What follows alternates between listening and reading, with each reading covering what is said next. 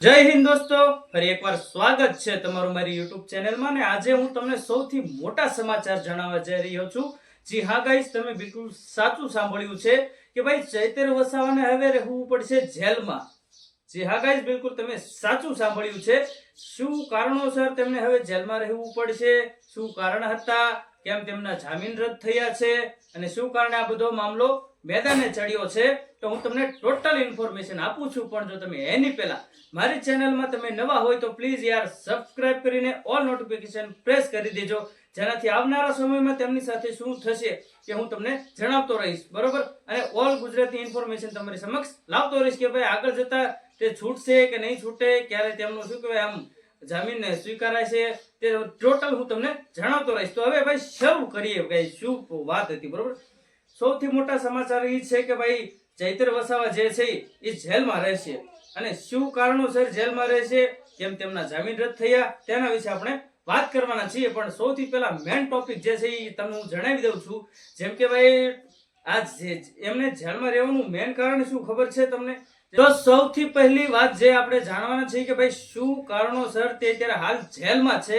Main મુદ્દાની વાત તો એ જ છે, બરોબર. કેમ કે કાંઈક તો કારણ હશે ને જે અત્યારે જેલમાં છે. તો હું કારણ તમને જણાવું છું કે ભાઈ થોડાક દિવસો પહેલા જે ચૈતર વસાવા જે છે તે કંઈક તેમની માંગ લઈને કોર્ટમાં ગયા હતા અને તેમને કંઈક તેમની માંગ સ્વીકારાઈ નહીં ત્યાં કોર્ટમાં, બરોબર. એટલે તેના કર્મચારીઓએ તેમને કઈ ધ્યાન ન આપ્યું અને ચૈતર વસાવા જે છે તે ગુસ્સે થયા હતા અને ગુસ્સામાં આવીને તેમને ગ્લાસ વડે પ્રહાર કર્યો સરકારી કર્મચારી ઉપર. એટલે કે સરકારી કર્મચારી ઉપર ચૈતર વસાવાએ ગ્લાસનો ઘા કર્યો અને ગ્લાસ તેમની ઉપર ફેંક્યો અને આનાથી સરકારી કર્મચારીઓએ તેમના પર જાનથી મારી નાખવાનો હુમલો કરવાનું તેમને આવેદન આપ્યું અને એટલે કે જાનથી મારી નાખવાનો ઈરાદોનો તેમની ઉપર ગુનો દાખલ કરવામાં આવેલો છે અને આના કારણે તે અત્યારે હાલ જેલમાં છે. એ મેન મહત્વની વાત છે કે એ કારણે તે જેલમાં છે, બરોબર.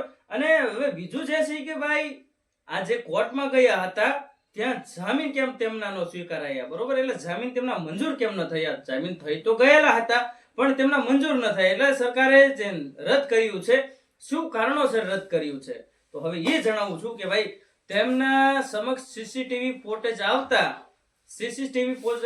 આવતા તેમની સમક્ષ એટલે સરકારે તે નિર્ણય લીધો છે કે ભાઈ આ કોર્ટમાં તેમનો નિર્ણય નહીં થાય તો હવે તે હાઈકોર્ટ લેવલે જશે ત્યારે તેમનો મેળ આવશે, બરોબર.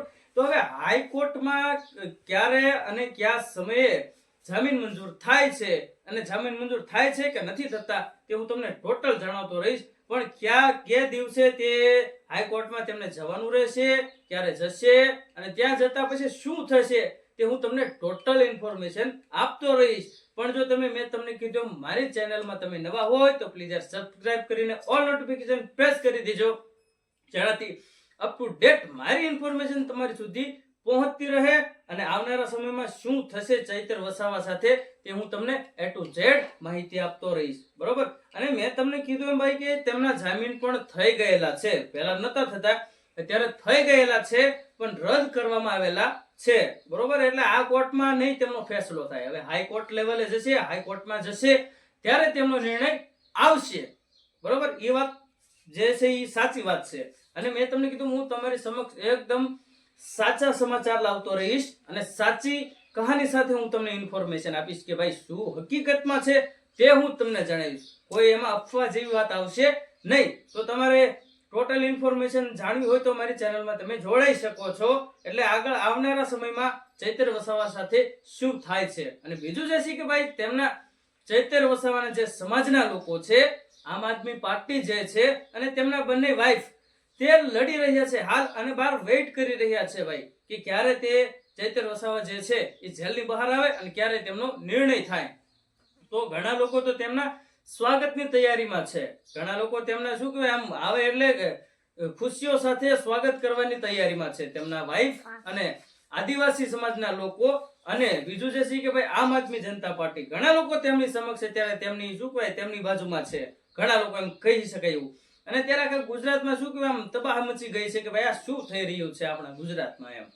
તો હવે જે દિવસે હાઈકોર્ટમાં જશે અને તે દિવસે આગળ શું નિર્ણય આવે છે તે હું તમને જણાવતો રહીશ. પણ મારી ચેનલમાં જોડાઈ જજો તમે, બરોબર? એટલે સબસ્ક્રાઇબ કરીને ઓલ નોટિફિકેશન પ્રેસ કરી દેજો, જેનાથી અપડેટ મારી ઇન્ફોર્મેશન તમારી સુધી પહોંચતી રહે.